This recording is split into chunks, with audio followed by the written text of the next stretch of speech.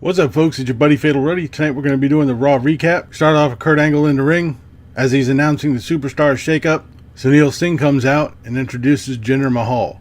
He comes out and runs his mouth saying he's better than anybody else on the roster. And Kurt Angle makes a match with Jinder Mahal versus anybody on the roster for the US title. And Jeff Hardy comes out. So our first match of the night, Jinder Mahal versus Jeff Hardy for the United States title. This is a pretty good match. It had all the usual spots. Sunil Singh interfered as usual. There was a whole lot of action in this match. Jeff Hardy gets the twist of fate and then the swanton bomb for the pin. So he's now the new United States champion. And chances are he's probably going to be one of the people moving over to SmackDown Live. This is also the first time that Jeff Hardy has held the United States title. We then have Bayley versus Sasha Banks. Early on in this match, it looked like there was a botch by Bayley jumping up onto the ropes, but it seemed to smooth itself out afterwards. This is a pretty good match. Sasha Banks gets Bayley into the bank statement, but before anything was done, the Riot Squad come out and jump both Bayley and Sasha Banks. So I'm guessing that Sasha Banks won this one by DQ, and it looks like the Riot Squad are now on Raw. I just really hope that they don't do the same thing they did on SmackDown, and we'll see Bayley and Sasha Banks versus the Riot Squad 10,852 times. We then have Heath Slater and Rhino versus the Authors of Pain again.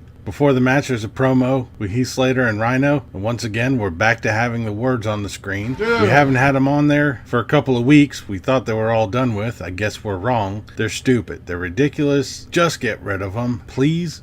Anyways, Slater and Rhino attack Authors of Pain before the bell rings. As soon as the match starts, they do put up a bit of a fight, but the Authors of Pain come back and beat them. We then have another episode of Miz TV. The Three Stooges come out to the ring, and The Miz introduces the newest members of Raw, Kevin Owens and Sami Zayn. They come into the ring. Sami Zayn looks like he's about to have a seizure. Kurt Angle comes out and says that Owens and Zayn didn't win their match last week, but apparently with a letter from Stephanie McMahon that's read by Sami Zayn, who looks like he's about to they've been reinstated. So as everyone is celebrating in the ring, Kurt Angle says that The Miz has been moved to SmackDown Live. And as a going away present, there's going to be a 10-man tag team match later on tonight. Yay. We then have the Revival versus Matt Hardy and Bray Wyatt. This was an okay match. There really wasn't much to it. Matt Hardy got the twist of fate with help from Bray Wyatt for the win. So Hardy and Wyatt are going to be facing the Bar for the Raw tag team titles. I kind of wish they wouldn't be burying the Revival the way they are. I seriously think they need to be pushed a little more than they have been. We then have Ember Moon versus Mickie James.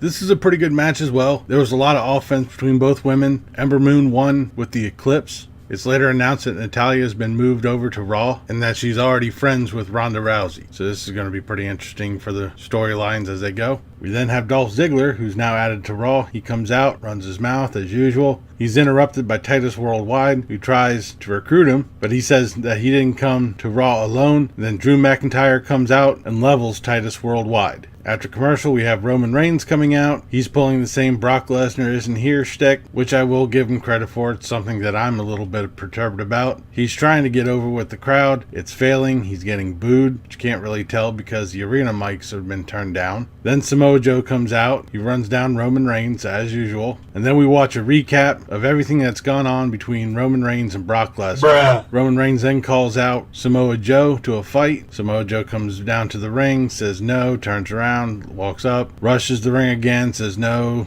turns around and walks back out to the backstage. This is basically just a waste of time. We then have Natalya versus Mandy Rose. Sonya Deville is in her corner. Natalya immediately takes it to Mandy Rose. Sonya Deville interferes, which allows Mandy Rose to take over, but Natalya was able to win it with the sharpshooter. After the match, Sonya Deville runs in and attacks Natalya. As Mandy Rose and Sonya Deville are beating her up, Ronda Rousey comes out and chases them out. Being that Sonya Deville is MMA as well, she gets in the ring and squares up with Ronda Rousey, who drops her like a hot potato. So I'm guessing this is possibly going to be a storyline for the next 3 months leading into other pay-per-views. We then have Breezango versus The Bar. Breezango has been recently added to Raw. This is an match. I really wasn't too crazy about it. I'm not a big fan of Breezango or half of the stupid shit that they do. But Tyler Breeze was able to roll up Cesaro for the win. Yay. Really looking forward to this match happening for the next 10 weeks. We then have Elias in a backstage interview, wasting time as always. What? We then come to our 10-man tag team match for the main event. The Miz, Kevin Owens, Sami Zayn, Bo Dallas, Curtis Axel versus Braun Strowman, Bobby Lashley, Seth Rollins, Finn Balor, and the newest member of the Raw roster, Bobby Roode.